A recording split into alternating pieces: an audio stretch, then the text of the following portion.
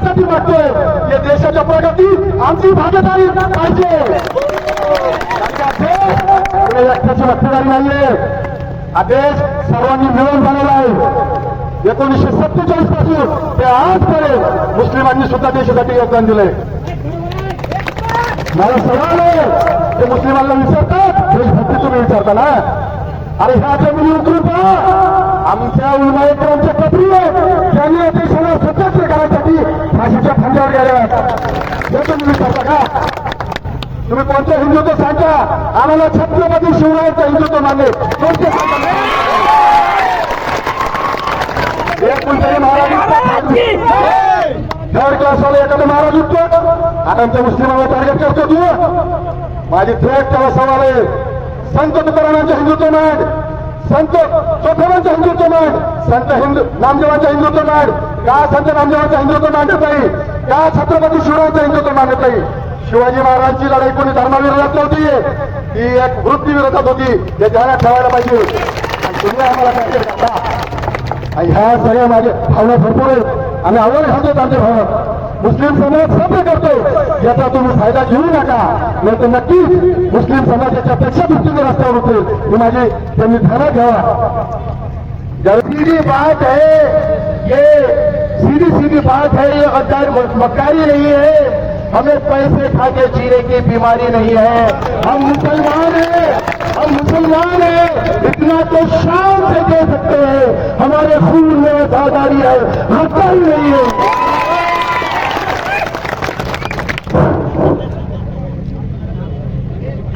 अस्सलाम वालेकुम वरहमतुल्लाहि वबरकातुहू. सबका लाख लाख शुक्र अदा करता हूँ मैं, जो यहाँ पे बड़ी तादाद में तुम सब लोग आए.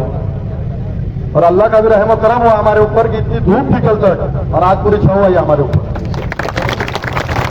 मोर्चे में शामिल हुए सभी दूर दराज से आए, बीड़ जिले में से हमारे सभी भाई, जो भी हमारे मराठा भाई, ओबीसी भाई, जिन्होंने हमारा कुछ इंतजाम किया, चाय का, नाश्ते का, पानी का, उनका मैं शुक्रगुजार हूं. मोर्चे में शामिल हुए जो नौजवानों की दिलों की धड़कन बोलती यहाँ पे भीड़ में, जो एक आमदार है वहां जमीन पे बैठे हुए, जो मुसलमानों के रिजर्वेशन के लिए आए थे, उनके लिए तालियां बजाएंगे.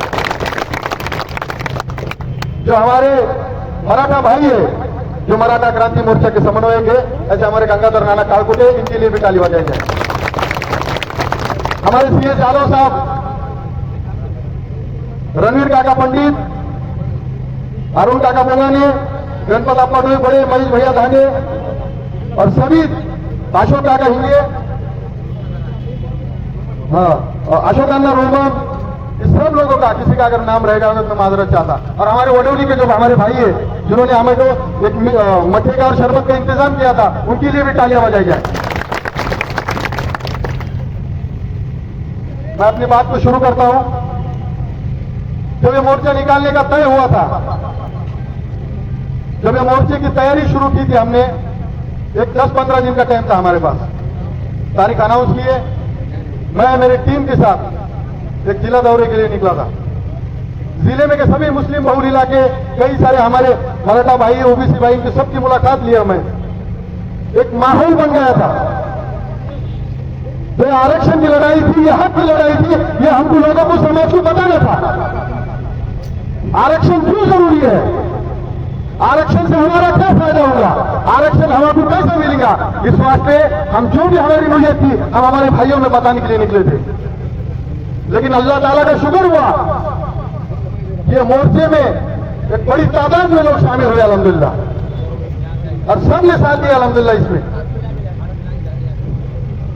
हमारा मोर्चा निकालने का मकसद ये था कि आज जो हुकूमत में जो फैसले हो रहे, ये तादाद की बुनियाद पे हो रहे. जैसे कि कुछ दिनों पहले हमारे मराठा भाइयों ने जो मोर्चा निकाला था, मनोज जरंगे पाटिल, इन्होंने उसका लीड किया मोर्चे को, लेकिन जो उनके इसमें सरों का समंदर था, वो तादाद बताती थी हुकूमत को कि आरक्षण हमारा हक है और हमको मिलना चाहिए. इस वास्ते हुकूमत भी उनके सामने झुकी थी.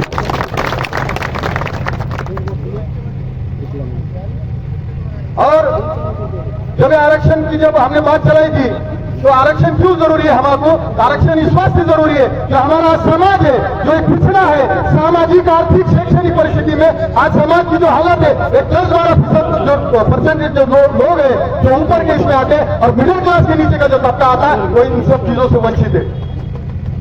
हमारे शिक्षण में आरक्षण होना, हमारे बच्चों को अच्छी तालीम के लिए आरक्षण होना और आरक्षण में अच्छी तालीम हासिल करने के बाद हमारे बच्चों को नौकरियों में आरक्षण होना, ये हमारी मांग है।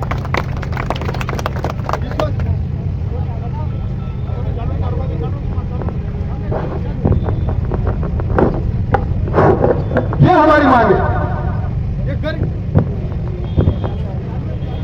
ये गरीब मजदूर के लिए जो हमने आवाज उठाई थी, एक तो शहरों के एक अलग तबके में जाओ तुम, मुसलमानों की हालत से क्या है आज?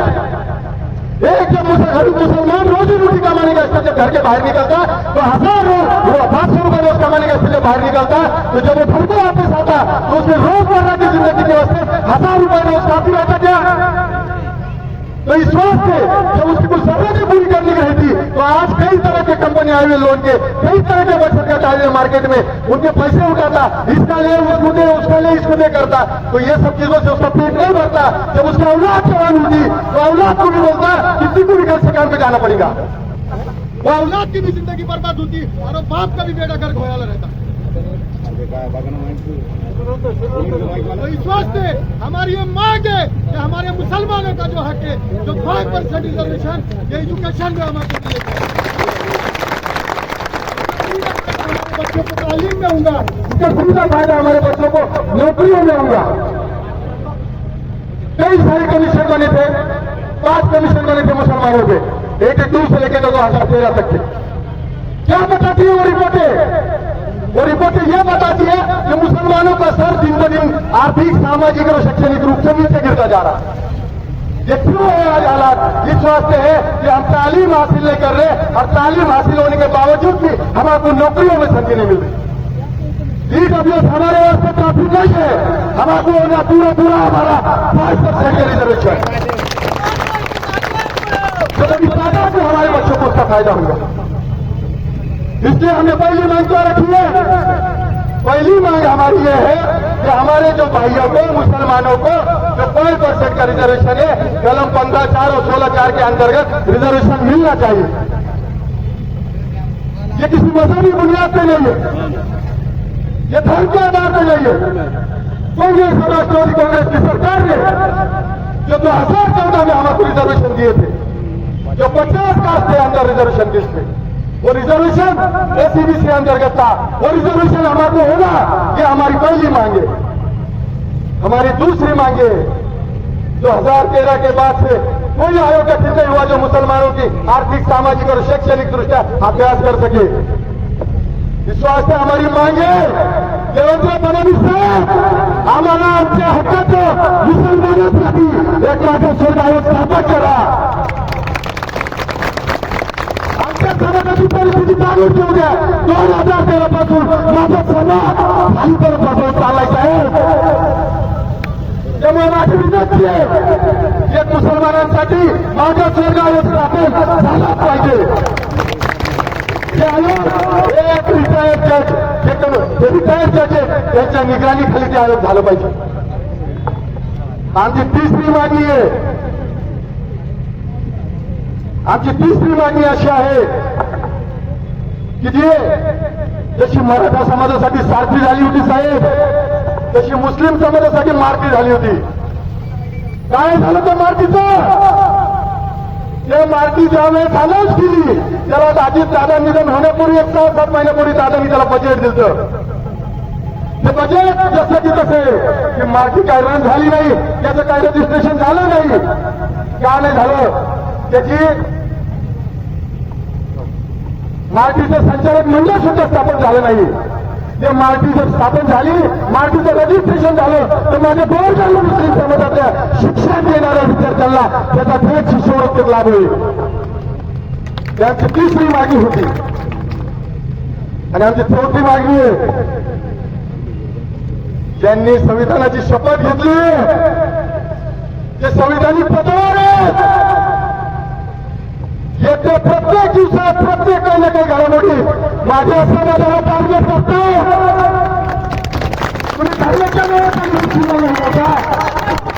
आता तुम्ही संविधानाची शपथ घेतली होती ना, व्यक्तीच्या भेदभाव करणारी शपथ घेतली होती ना, तुम्ही धर्मभेद करणारी शपथ घेतली होती ना, कधी शपथ मागली का तुम्ही? यासाठी माझा राज्य सरकारला चौथीची मागणी आहे. जे लोकांनी संविधानाची शपथ घेतली होती, जे लोक संविधानिक पदावर जे येणाऱ्या प्रत्येक दिवसात काही ना काही मुस्लिम धर्मावर आधारित कमेंट करतायत, त्यांच्याविषयी काहीतरी कायदा तयार झाला पाहिजे.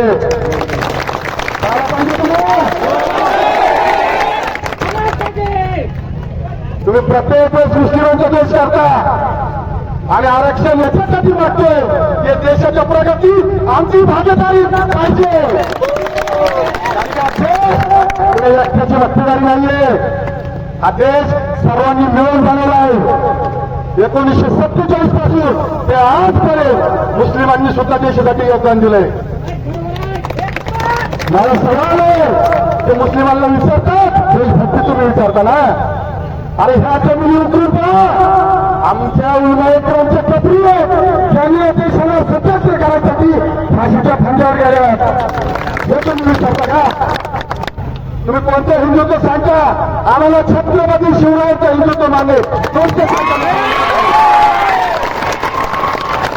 एक कोणतरी महाराज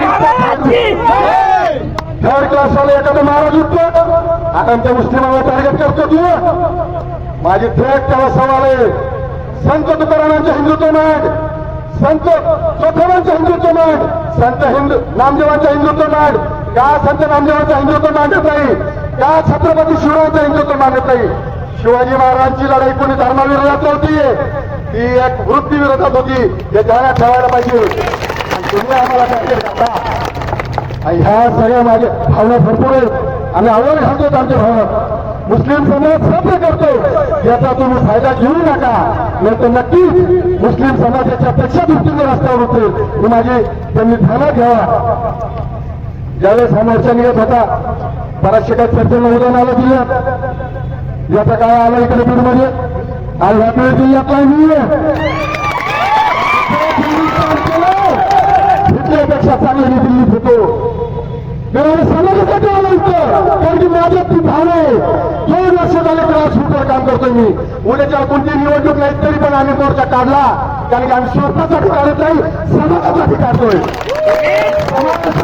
हा माझा समाज सामाजिक, आर्थिक आणि शैक्षणिक दृष्ट्या माझाच आहे. त्यामुळे माझ्या समाजाला आरक्षण पाहिजे, हे सरकारने ध्यानात ठेवावं. आणि ह्या मोर्चामध्ये त्या मोर्चा ज्यावेळेस सुरू होत होता, त्या मोर्चाचा ज्यावेळेस पाया रचला की माझे आदरणीय मोठे बंधू शफीक भाऊ यांचा टाळ्या वाजवून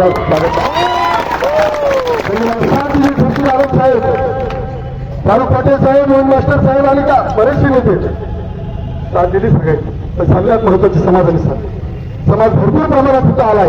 हा आम्हाला एक आम्ही स्वतःची इलिजिबिलिटी समजतो की आम्ही समाजाला इथं आणू शकतो. आमच्या त्या गट होत्यात, आम्ही समाजाला पटवून सांगितलं. त्यामुळे भैया आमची विनंती भैया तुम्हाला की सभागृहात सुद्धा तुम्ही मुस्लिम आरक्षणासंदर्भात प्रश्न मांडावा, हे आमची तुम्हाला हात जोडून कळण्याची विनंती आहे. मला अनेक पत्रकारांनी विचारलं की तुम्ही बीड वगैरे मोर्चा का चालू केला? अरे बीड हा हजरत शहंशाहवली रहमतुल्लाह अलैह यांचा जिल्हा आहे. क्रांतीचा जिल्हा आहे. अबीर गोपीनाथ मुंडे साहेबांचा जिल्हा आहे. अबीर सरकारची क्षीरसागरांचा जिल्हा आहे. आणि अबीर मनोज दादा चौंगे यांचा जिल्हा आहे. त्यामुळे माझी विनंती आहे, तर बीड हा आमचा क्रांतिकारी जिल्हा आहे. आणि आज जर ही लढाई हेतून सुरू झाली असती तर संपणार मुंबई. आणि भैया आदरणीय गंगाधर काका टाळमुटे, सय्यद भाई शफीक भाऊ आणि आमच्या तालुक्याचे नेते वैभव पायशेर हे 1 तासापासून इथं उन्हात येऊन थांबले होते. त्यांच्यासाठी टाळ्या वाजा. त्यांनी शिरूर तालुक्यातून लोक इथं आणण्यात खूप प्रमाणात मेहनत घेतली. त्यांचं सुद्धा या ठिकाणी टाळ्या वाजून स्वागत झालं पाहिजे. आणि हा मोर्चा इथंच संपलेला नाही. त्या मोर्चाची एक धडकी आज पूर्ण महाराष्ट्रात जाणार आहे.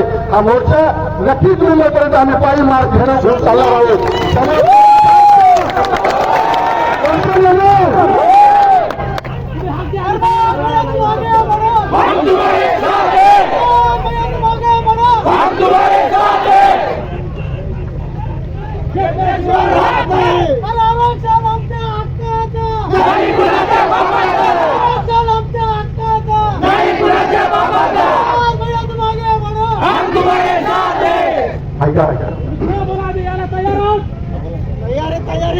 या मोर्चामध्ये आपल्याला ज्यांनी खरोखर मदत केली ती म्हणजे आता इथं पक्षाच्या एखाद्या खासदारांनी मदत केली त्याचं नाव सांगायला अवघड झालंय.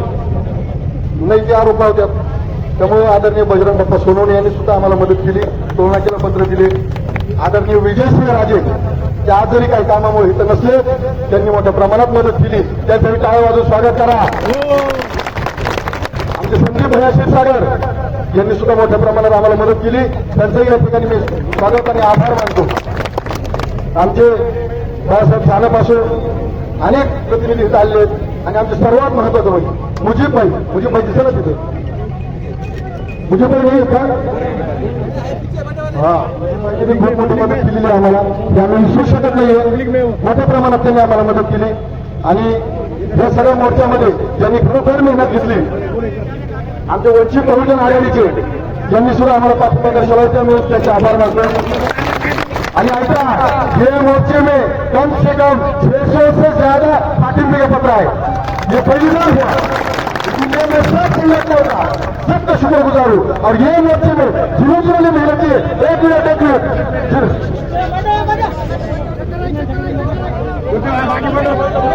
जिन्होंने ये मोर्चे में मेहनत की वसीम मनियार 15 दिन से यहाँ पे औरंगाबाद छोड़े उनके लिए ताले बजे गए. आलिम भाई संजय निहाल भाई वसीम भाई अमजद भाई बदू हमारे नदीम से इन सबका और हमारे सभी जो मंदिर ग्रुप है इनका भी मैं शुक्रगुजार हूँ. सबका शुक्रिया अदा करता हूँ. अगर लोगों का मोर्चा लेते जाएंगे जो जाएंगे तो अपना मोर्चा कामयाब नहीं होगा.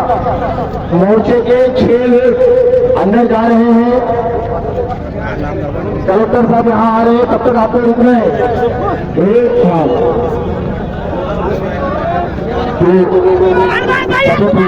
आप लोग उनके आप सामने रहेंगे.